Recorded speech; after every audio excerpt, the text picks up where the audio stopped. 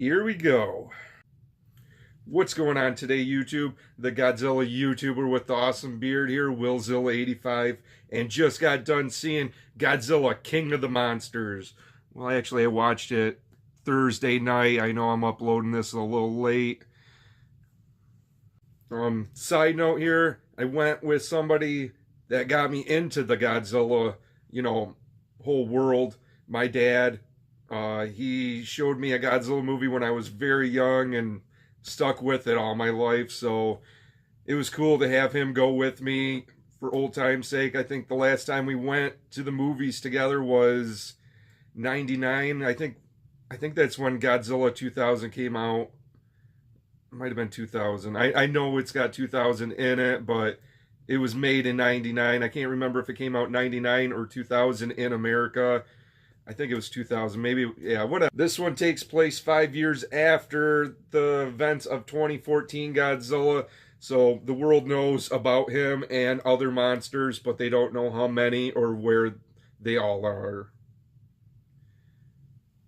The characters I actually enjoyed better than the 2014 one, besides Bryan Cranston, because he's freaking Bryan Cranston, of course. But this one, there's a lot of characters in it, but they were all interesting. There's a couple where you're like, yeah, I don't know who you are and I don't really care, but other than that, you get wrapped up. You like a lot of the characters. I enjoyed them. Good chemistry between all of them on the set. The eco-terrorist group leader, is it Charles Dent? I hope that's what his name was. I wish they would have focused a little bit more on him. They show him throughout the movie and that, but I kind of wanted to know more of him. I haven't got around to reading the book yet. I'm sure they talk about him in there. I believe they do. I just wish I would have seen him more in the movie. They show what his game plan is of what's going to go on or what he wants to done, but I wish they would have focused more a little bit on him, I guess. They do not disappoint. You do get to see more Godzilla throughout the movie. You get to see more of the fights. That's better than the 2014 one. I wish they would have showed it more during the day. Have them fight during the day and everything was at night, rainy, stormy. I don't know if it would be spoiler or not. Ghidorah has a storm around him all the time, so it kind of blocks out the view of how much of the battle scene do you get to see. Don't get me wrong, you still see a lot of destruction and a lot of cities get screwed up in this, and there is a lot of Titans in this movie. They focus only on the four that you see in the trailers and that: Godzilla, Rodan, Ghidorah, Mothra. They focus on them, but there's some side ones too. Actually sat there and I actually enjoyed myself. It was a lot of fun. I do recommend going to see this movie. I recommend, if you're a kaiju fan, to go see it. If you're I just want a good movie, good story, good plots. The plot was good in this one for a monster movie, but it's still a monster movie. This ain't going to be compared to The Departed or Gone with the Wind, stuff like that, where those are classic movies, and this would be probably considered a classic monster movie. I'm not going to lie, it's really entertainable and enjoyable. I recommend going to see it, like I said. That being said, let's get into spoilers here. Going to flash it right here. So if you don't want to see spoilers, end the video here. Thank you for watching. But if you want to continue, keep watching. So like I said, it shows Millie Bobby Brown's character at a young age in the 2014 events. Her and her mom together and her dad looking for her brother that got killed by Godzilla. So now those two are vengeful against Godzilla. The mom and the dad. I don't think Millie Bobby Brown really cares. She was in this movie, but the one thing that really annoyed me about her character, like in the trailers, they kind of hint that her and Mothra was going to have like some sort of bond together. And at the beginning of the movie, they do show that by her touching like Mothra's like nose and that, but like that was it. Like there was no bond. Like she looked at her at the final battle scene, but that was, I don't even think Mothra even noticed she was there. But like I said, Charles Dent's character wants to release the Titan, and Millie Bobby Brown's mom, which I can't remember, Dr. Fuck, what was her name? Was it Ross or something like that? I'm just going to say that. Let me know in the comments down below if I screwed up that one. But she decides, hey, I did the research and it turns out all humans suck, so we all deserve to die. So, you know, we're polluting the world, we're causing wars, we're causing stuff to be extinct. You know, during the movie, I'm like, she's really not that wrong. Like, we are the bad guys. Like, so, yeah, I see her point and Charles Dent's point. Because she hints that in San Francisco and Las Vegas, those were wiped out in 2014. And now it's just plants that live there and animals coming back. So it's starting to turn pretty much how it was back in the day. Like, when dinosaurs in that roam, just woods and all that stuff. So I do see her point. We are overpopulated and all that stuff. Disappointed in was the oxygen destroyer. Like, I got excited when they announced that it was going to be part of the movie, but it's only part of the movie for a second. That was it. They launched it to shoot at Godzilla and Ghidorah to try to kill them middle of the movie. So you already knew it wasn't going to fucking work. So that was like a stupid thing. And then it blew up. It was cool. It blew up. And then a second after that, like fish float up to the thing or float up to the surface. And you know, from the original, like the fish just turned to bone and the bones disappeared. So I don't know why these ones are floating up. I know the oxygen's out of the water, but well, there goes Ghidorah. And then Godzilla's heartbeat goes slower and slower, and then they lose him. But they find him later on in the movie down in Atlantis or wherever that place is, because they never really say that it's Atlantis. But they go there, shoot a nuke at him. You know, Ken Watami, like I said, going to go recharge him in one of my previous videos. I'll probably put the link here. Sets off a nuke and he sacrifices himself, but he blows up Godzilla's home, the place that recharges him.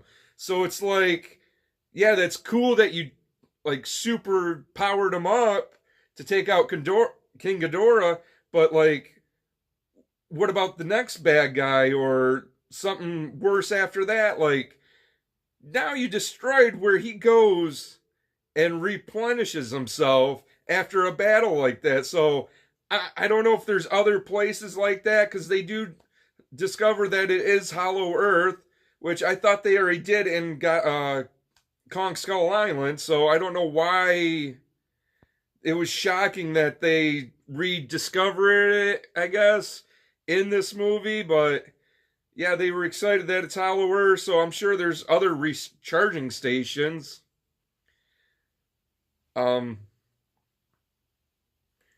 Rodan popped out. He was badass.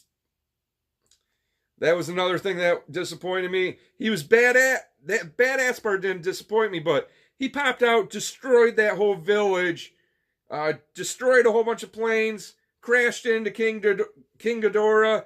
They fought for a second. Godzilla came, fought King Ghidorah. Oxygen destroyer went off.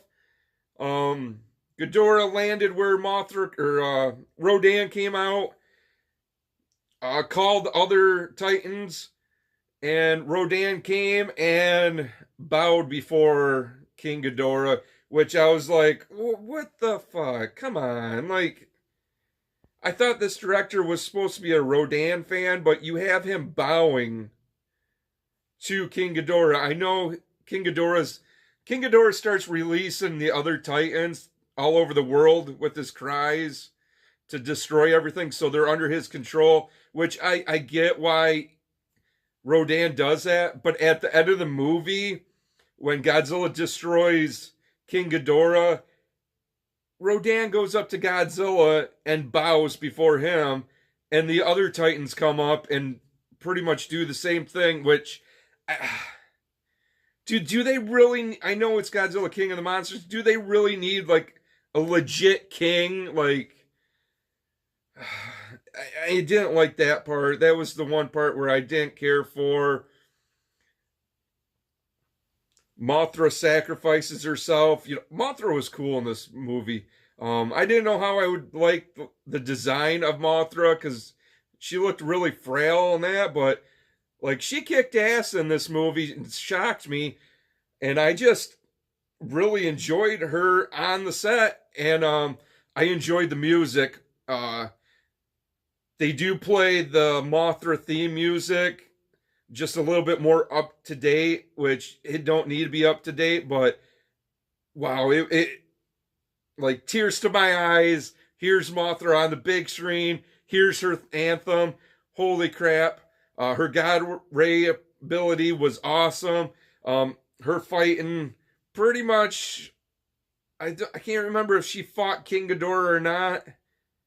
I know she did shoot her web at him and shot it at her or at King Ghidorah, put him on a building. Godzilla slammed into him, but I don't think they actually like duked it out. Mothra was pretty much fighting Rodan at the end fight, and does kick Rodan's ass. You know, it was a steady fight throughout it, but in the end, Mothra beat Rodan. So once again, you made Rodan look weak. There's quite a few fight scenes. I enjoyed like Godzilla actually being Godzilla. I enjoyed him being Super Godzilla and then being Burning Godzilla. Burning Godzilla in this one. No, Fire Godzilla, I think they call it, ain't it? Anyways, pretty much Burning Godzilla. When he becomes Fire Godzilla or Burning Godzilla, like that was bad. He looked badass. I love the red and black.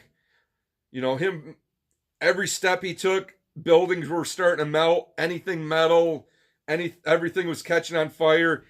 He kept doing like a Godzilla pulse beam and killed King Ghidorah that way. So, like I said, spoilers. But I enjoyed the final fight scene. In the middle of the film, Godzilla actually does tear off King Ghidorah's head. So I did call that one right in one of my previous videos. Maybe I'll put it there. So that was awesome. One of King Ghidorah's new abilities, he grew his head back. So that was cool. Like, because I'm like, holy shit, they're going to have him just two heads the rest of the film. But no, he spit it up. I enjoyed King Ghidorah having 3 different personalities where pretty much the middle one hated, I think, the left one, or if you're King Ghidorah himself, it would be this head. He hated that one for some reason. Like, some scenes kind of felt like a Three Stooges between the 3 heads, but I shouldn't say Three Stooges because it wasn't that bad, but it was like they didn't get along and like hit each other. Which brings me to the one point where is it Emma Ross? I think I got it right now. She makes this thing called the Orca, which was pretty much a school project where try to convince whales to like change their patterns so they don't die. But she tuned it into the frequency of these kaiju, or titans as they called in the movie, and she uses them to start waking them up. But she wakes up King Ghidorah, and King Ghidorah kind of obeys it. Like, he gets deterred by it. So, like, it's power enough to do that, but then King Ghidorah is power enough to control the other titans. And then gotta readjust. that part confused me a little bit because King Ghidorah is supposed to be like this alien that came out of nowhere and can control all this stuff, but this little device is bad enough to really annoy King Ghidorah. There's a King Ghidorah down there. That's why I keep looking at it. So it's strong enough to control all the Titans, but weak enough to not be controlled by that. Like, I feel like it should have just trumped that, I guess, how I feel about it. But like I said, I did enjoy this movie. It was a lot better than the 2014 Godzilla.